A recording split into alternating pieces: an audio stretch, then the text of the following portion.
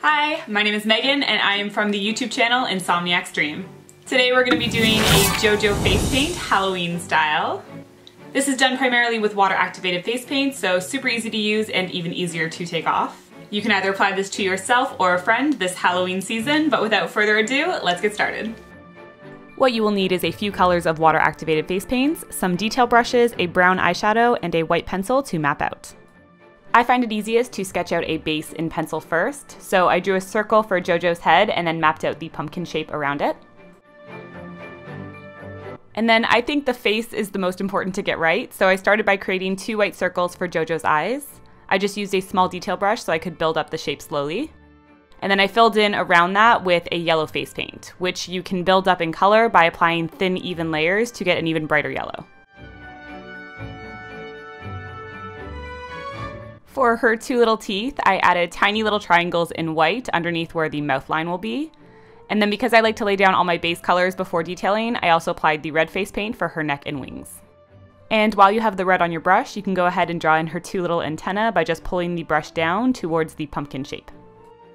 To detail JoJo's eyes, I used the same small detail brush and a black face paint to create 2 smaller circles within the whites. And then you can't forget about her awesome lashes, so I just sketched them in with the same paint off to the side, making them thicker and flare out on the edges, and then I just hinted to them on her opposite eye because the rest would go underneath the pumpkin hat. I added white dots to the eyes for a bit more dimension, and then used a brown face paint to define the mouth and draw in her little smirk. Moving on to the pumpkin, I just filled in the sketched out shape with orange. You can add some bumps to the top and bottom to hint at the divots in the pumpkin shape. And then just don't forget to bring a bit of that orange around behind JoJo so she looks like she's actually inside of it. I did the same for the top of the pumpkin and again left a little bit of an indent where the stem will go. Then, because it's Halloween, I figured why not add a little bit of a jack-o'-lantern feel, and for this I just sketched out the jack-o'-lantern mouth, nose, and eyes with the brown face paint, and then also went ahead and filled that in with the black when I was happy and more confident with the shape.